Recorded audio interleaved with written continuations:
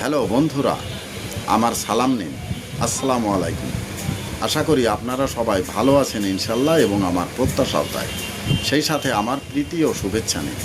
আজ এ পর্যায়ে যে বিষয়ে কথা বলবো তা হচ্ছে মানুষের বাহ্যিক অঙ্গের সৌন্দর্য মহান সৃষ্টিকর্তার থেকেই সৃষ্টি।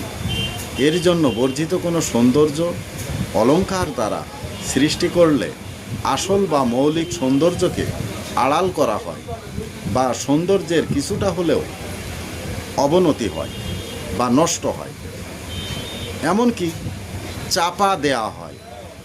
তাই মনে রাখবেন, অলংকারের সাহায্যে সৌন্দর্য বৃদ্ধি হলো প্রকৃত সৌন্দর্যকে লুকিয়ে রাখা। এ পর্যায়ে এখানেই রাখছি। ততক্ষণ পর্যন্ত সবাই ভালো থাকুন, সুস্থ থাকুন এবং নিরাপদে থাকুন। শুভ কামনা নিরন্তর সবার জন্য সবসময়। ধন্যবাদ ফেসবুক মেটা, ধন্যবাদ সকল বন্ধুসহ সবাইকে। আবার দেখা হবে অন্য কোনো ভিডিওতে।